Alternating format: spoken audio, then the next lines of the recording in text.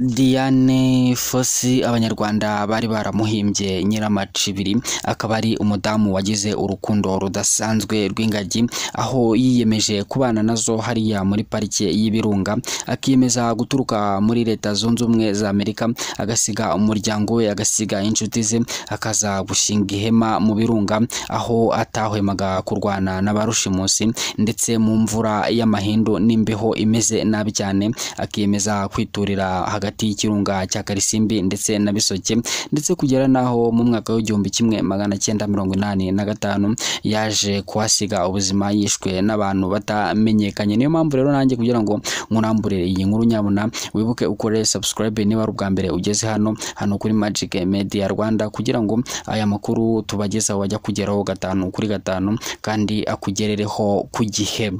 Uyu mudamu Diane Fossey mu by'ukuri dore yuko yarinze anitaba Imana atarashaka umugabo, nta mugabo yigeze agira ndetse habe n'umwana, ariko mu by'ukuri yagize urukundo rudasanzwe rw'ingagi, ararazikunda ku kigero cyo hejuru, kugera naho yemeye kuza kubana nazo hariya muri parike y'Ibirunga. Wakibaza ngo rero byagenze bite kugira ngo ubundi agire urukundo rumeze gutya, arinde aho aturuka mu gihugu cye ase kuba mu Rwanda, yibanire n'ingagi hariya mu Birunga. Rero amakuru tugenda dukurura nuko uyu mudamu Diane Fossey yakuze mu by'ukuri abana n'ababyeyi be, ariko ku myaka 6 papa na mama we bakaza gutandukana, we akajyana na mama we ku wundi mugabo, mama we yaramaze gushaka mushyashya, uwo mugabo akamubanira nabi cyane, bigatuma yanga ikiremwa muntu, agatangira kwikundira inyamaswa ku kigero cyo hejuru mu by'ukuri, ndetse byaje no kumuviramo depression cyangwa se indwara yo kumva yanze abantu, atangira kwikundira ibinyabuzima birimo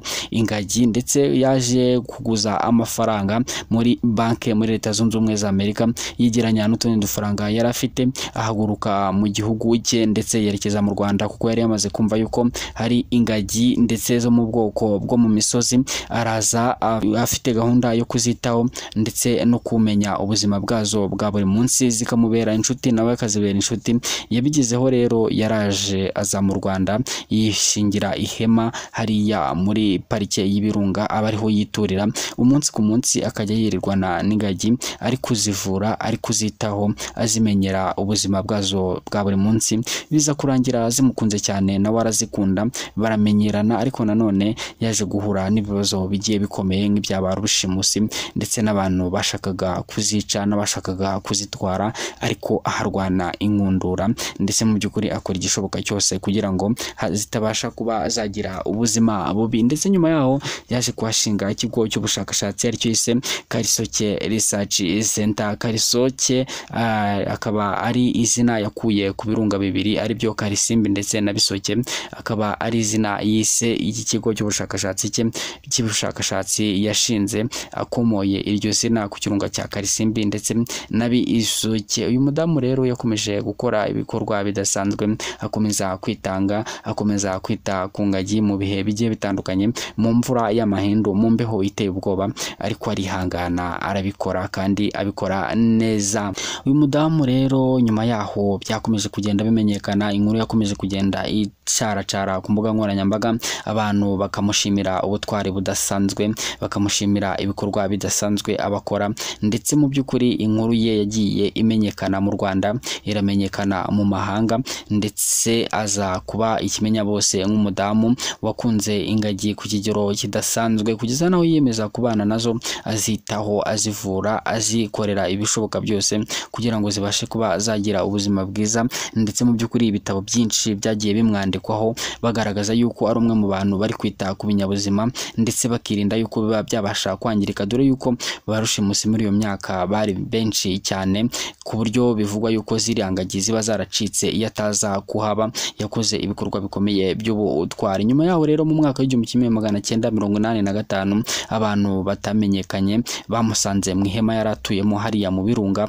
baza kumwica, bamwicira mu ihema. Abakozi be rero nibo bagezeyo basanga uyu mudamu yamaze kwitaba Imana, dore yuko yapfuye nta mwana n'umwe asize, ndetse bikaba binavugwa yuko mu by'ukuri yapfuye ataragira na gahunda yo kuba yashaka, dore yuko we yari yarihebeye ibikorwa by'ubushakashatsi. Imyaka rero ishize atari mikeya, kuva mu 1985 2085 hakomeje gukorwa iperereza ngo bamenye umuntu waba warishe uyu mudamu Dian Fossey, ariko nabwo yabashije kuba yamenyekana. Ibinyandiko ziracyabitse, babuze umuntu nyirizina waba waramwishe, ariko nanone bigakekwa yuko ari ba rushimusi yabuzaga kuba baza kwica ingagi zo mu birunga, ndetse mu by'ukuri kuko yabarwanyaga bikomeye cyane, dore yuko yazikundaga ku buryo bukomeye cyane. Ntago yishimiraga yuko yabona rushimusi aje kuzitwara cyangwa se aje kwangiza ingagi n'ibindi binyabuzima byo muri parike y'ibirunga. Yabarwanyaga ku kigero cyo hejuru, bikaba bikekwa yuko rero mu by'ukuri ari bo baba baramwivuganye, cyangwa se hakaba ari abandi bantu bamwivuganye batabashije kumenyekana. Biracyari amayobera ku bantu baba barishe uyu mudamu Dian Fossey. Natwe rero twaguteguriye inkuru kugira ngo tubashe kuba twayikugezaho ugere amakuru umenya, dore yuko hariya muri parike y'ibirunga yarapfuye, amaze gupfa abari naho ashyingurwa, bamushyingura hariya muri parike y'ibirunga. Imva ye rero niho iri, dore yuko imva ye ari kimwe mu bisurwa hariya muri parike y'ibirunga, n'ahantu hasurwa. Bamushyinguye hafi y'ikigo cye cy'ubushakashatsi yari yarashinze, niho bamushyinguye. Mu by'ukuri abantu benshi bakorera ingendo cyangwa se bajya gusura parike y'ibirunga, akenshi bahava bageze ku mva ye iherereye hariya muri parike y'ibirunga.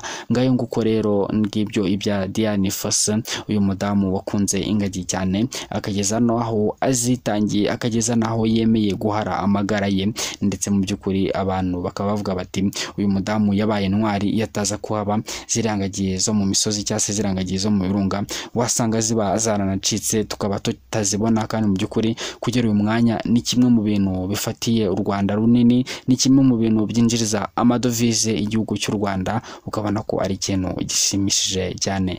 Ngira ngo mwibutse rero mu by'ukuri, niba ari ubwa mbere ugeze hano ukaba utarakora subscribe hano kuri Magic Media Rwanda, mubwire ngo waracikanywe, nyabona wibuke ukore subscribe, wiyongere n'umuryango mugari wiyemeje kubana natwe kugira ngo tujye tubagezaho amakuru meza, amakuru y'ingirakamaro, amakuru tugomba kuba twabakururiye, cyangwa se amakuru tugomba kuba twakoreye ubusesenguzi mbere yuko tuyabagezaho. Mu by'ukuri reka rero nanjye mushimire, twari turi kumwe muri iki kiganiro. Mubwire ko ibiganiro byacu arakagaruka, mubwire ngo reka duhure mu biganiro byacu bya mukanya. Wakoze subscribe, like, share ndetse na comment kugira ngo aya makuru abashe kugera ku bantu bose aho baherereye mu mpande zose z'isi. Reka mubwire ngo reka tuze gusubira. Ciao.